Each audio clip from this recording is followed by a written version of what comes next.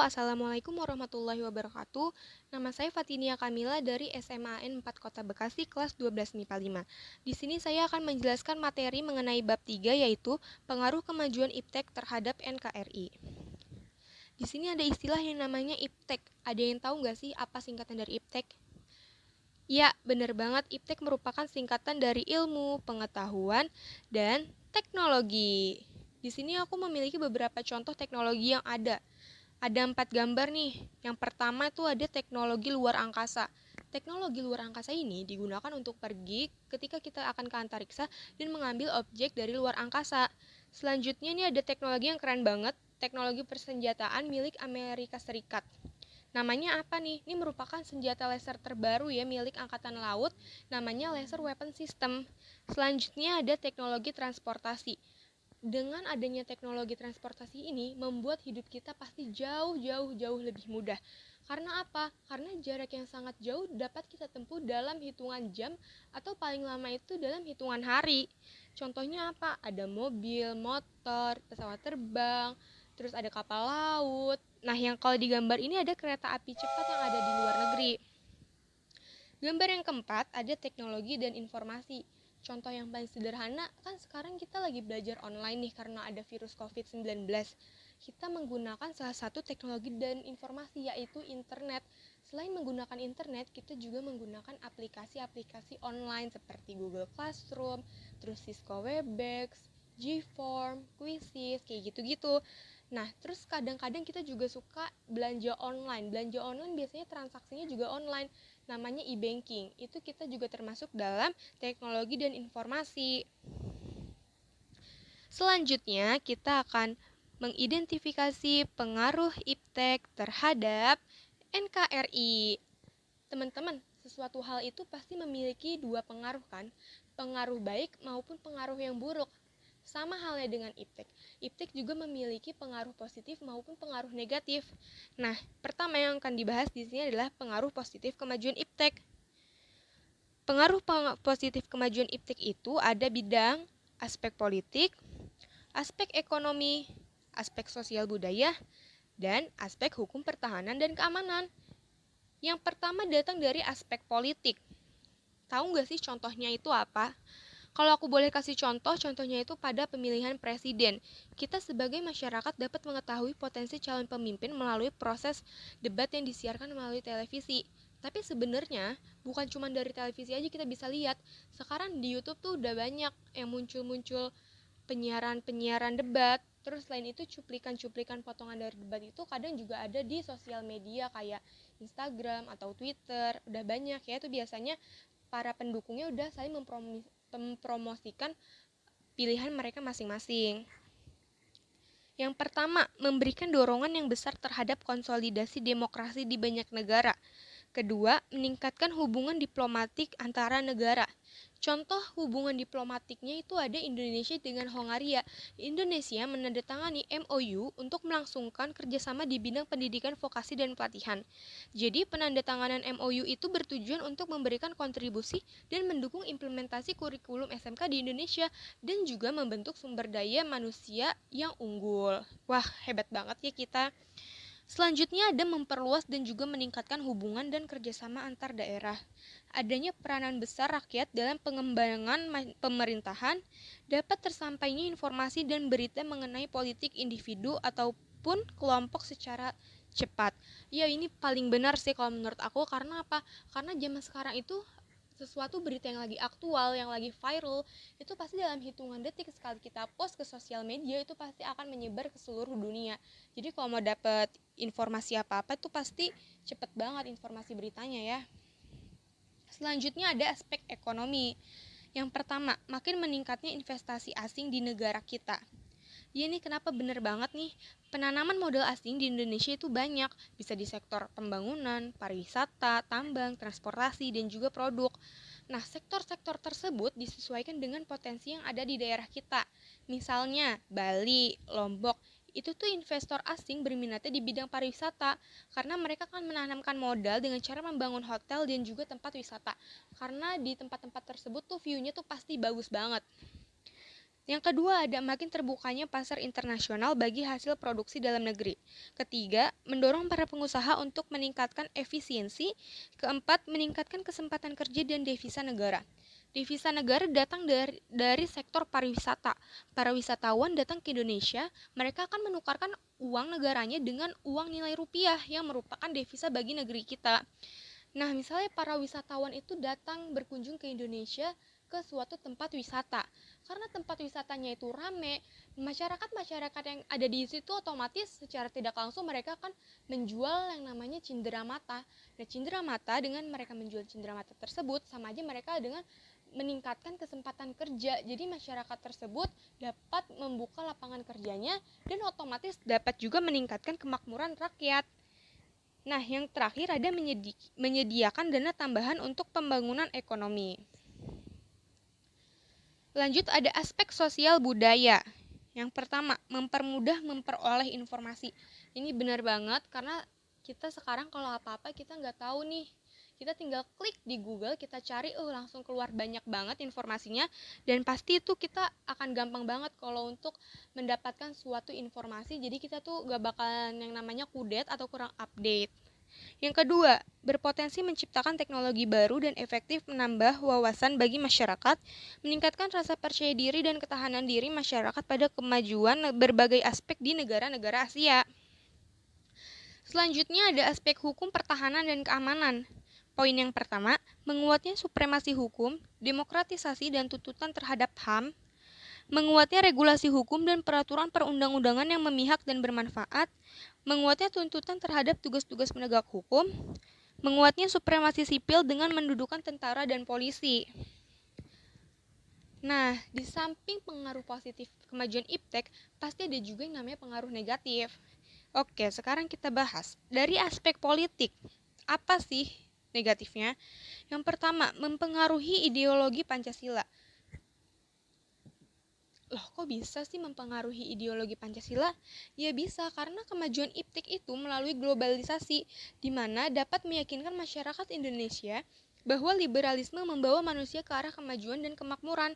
Nah, ini tuh bisa membuat masyarakat kita berpaling dari ideologi Pancasila ke ideologi yang lain, misalnya kapitalisme, liberalisme, komunis. Wah, itu sih jangan sampai ya.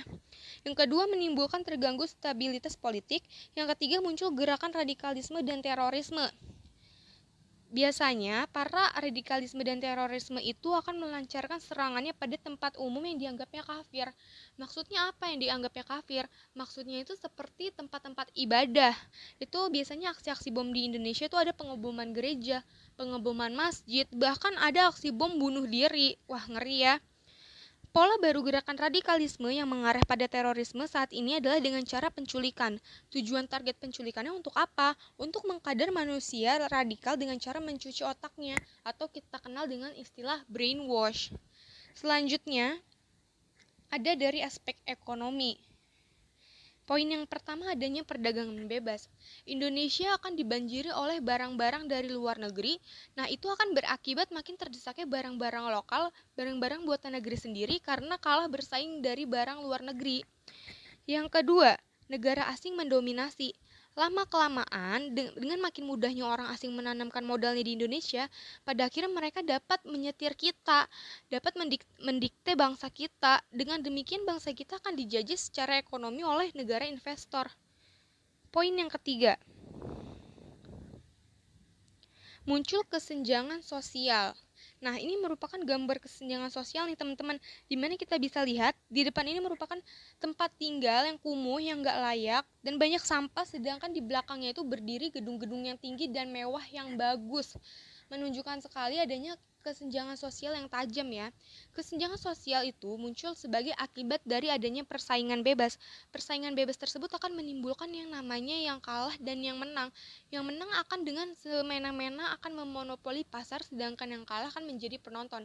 Misalnya gini, ada suatu perusahaan ingin mendirikan sebuah gedung atau mall di suatu tempat yang strategis. Namun di tempat strategis itu banyak warga yang tinggal. Nah, karena mereka yang memonopoli, akhirnya mereka meminta agar warga yang tinggal di situ tuh digusur rumahnya. Itu aku pernah lihat ya kejadian nyata dan itu wow, sungguh mengerikan. Selanjutnya, adanya ekonomi yang diatur oleh pasar. Pemerintah hanya sebagai regulator pengaturan ekonomi yang mekanismenya akan ditentukan oleh pasar. Dan yang kelima, subsidi makin berkurang. Sektor-sektor ekonomi rakyat yang diberikan subsidi akan semakin berkurang, koperasi makin sulit berkembang, dan penyerapan tenaga kerja dengan pola padat karya makin ditinggalkan. Nah, aspek sosial budaya nih. Yang pertama itu ada yang namanya gaya hidup konsumtif. Ada yang tahu nggak tuh gaya hidup konsumtif itu apa?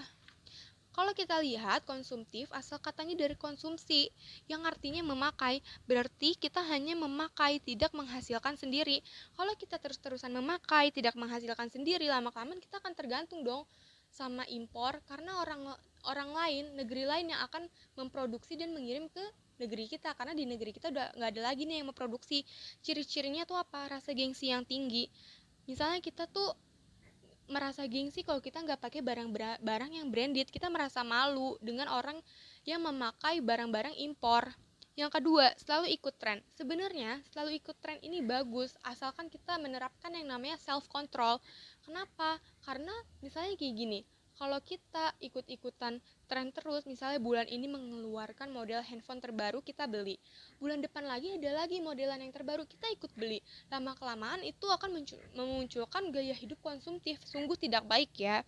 Yang ketiga, hidup mewah. Yang keempat, pilih-pilih dalam bersosialisasi. Ini juga sering disebut sama yang namanya geng sosialita. Yang kedua, muncul sifat hedonisme. Hedonisme merupakan suatu pandangan hidup yang menganggap bahwa kesenangan dan kenikmatan materi merupakan tujuan utama hidup. Biasanya, orang yang memiliki sifat ini suka memaksakan diri untuk mencapai kepuasan dan kenikmatan pribadinya tersebut. Meskipun mereka harus melanggar norma-norma yang berlaku, misalnya kayak mabuk-mabukan, pergaulan bebas, foya-foya, dan lain-lain. Yang ketiga, adanya sikap individualisme, mementingkan diri sendiri dan memandang orang lain itu nggak ada artinya. Contohnya kayak ada orang kaya yang menghardik para pengemis atau pengamen. Mereka bukannya mengapresiasi pekerjaan mereka atau mengasihani, malah mereka menghardik. Itu jahat banget sih menurut aku. Yang keempat, mengakibatkan kesenjangan sosial. Yang kaya mah makan kaya, terus yang miskin ya udah makin miskin gitu ya. Yang kelima, adanya gejala westernisasi. West artinya barat, westernisasi, budaya ke barat-baratan. Contohnya apa? Misalnya kalau kita lagi jalan-jalan, ngeliat nih, wah cewek-cewek pada pakai rok mini, atau sekarang tuh udah banyak orang-orang yang pakai celananya tuh robek-robek kayak kekurangan bahan. Terus juga laki-laki yang menggunakan anting, itu merupakan salah satu contoh gejala westernisasi. Dan yang terakhir, makin memudarnya nilai-nilai kehidupan. Nilai-nilai apa? Seperti misalnya nilai semangat gotong royong, solidaritas, kepedulian, dan kesetiakawanan sosial itu udah makin memudar. Kemudian nilai-nilai keagamaan dan kehidupan dalam masyarakat juga udah mulai luntur. Sekarang ada aspek hukum pertahanan dan keamanan. Bisa kita lihat di sini ada gambar anarkis. Nah, anarkisme ini merupakan dampak negatif dari iptek karena dapat menimbulkan tindakan anarkis dari masyarakat yang dapat mengganggu stabilitas nasional, ketahanan nasional, bahkan persatuan dan kesatuan bangsa. Selain itu, peran masyarakat dalam menjaga keamanan, ketertiban, dan kedaulatan semakin berkurang. Contoh anarkis, biasanya pada saat demonstrasi nih, ujung-ujungnya pasti anarkis. Para pendemo tuh turun ke jalan dan membakar atau merusak fasilitas publik. Misalnya aja pas lagi demo Omnibus Law itu dibakar tuh halte, itu kan gak bagus ya, masa fasilitas publik dirusak. Sekarang kita akan melakukan sikap selektif dalam menghadapi pengaruh kemajuan iptek. Yang pertama ada sikap tanggung jawab dalam pengembangan iptek. Bagaimanapun juga kita nggak bisa lepas dari kemajuan iptek. Dengan iptek, hidup manusia akan dipermudah. Untuk meminimalisir efek negatif dari iptek, kita perlu memiliki tanggung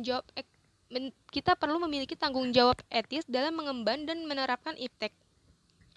Di Indonesia, kita punya landasan ideologi Pancasila dan konstitusional UUD NRI 1945. Yang kedua ada sikap selektif terhadap pengaruh kemajuan iptek. Ada di bidang politik, ekonomi, dan juga sosial budaya. Yang pertama ada di bidang politik. mengembangkan demokratisasi dalam segala bidang, mengaktifkan masyarakat sipil dalam arena politik, mengadakan reformasi lembaga-lembaga politik agar menjalankan fungsi dan peranannya secara baik dan benar, memperkuat kepercayaan rakyat dengan cara menegakkan pemerintahan yang bersih dan berwibawa, menegakkan supremasi hukum, dan memperkuat posisi Indonesia dalam kancah politik internasional. Selanjutnya ada di bidang ekonomi. Yang pertama, memperkuat produksi domestik untuk pasar dalam negeri sehingga memperkuat perekonomian rakyat.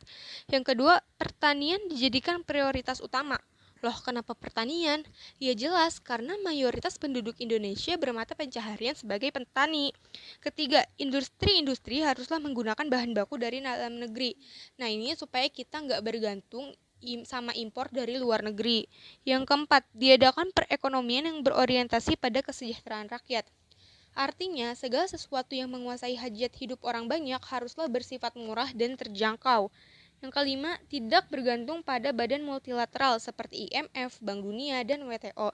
Yang keenam, mempererat kerjasama dengan sesama negara berkembang. Hal ini bertujuan agar kita bersama-sama menghadapi kepentingan negara-negara maju.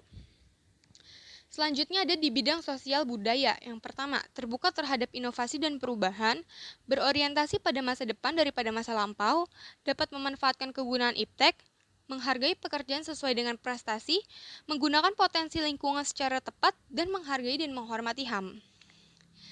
Ya, terima kasih semuanya sudah menonton video saya. Semoga video penjelasan dari saya ini bermanfaat dan saya sungguh mohon maaf apabila ada salah kata. Wassalamualaikum warahmatullahi wabarakatuh.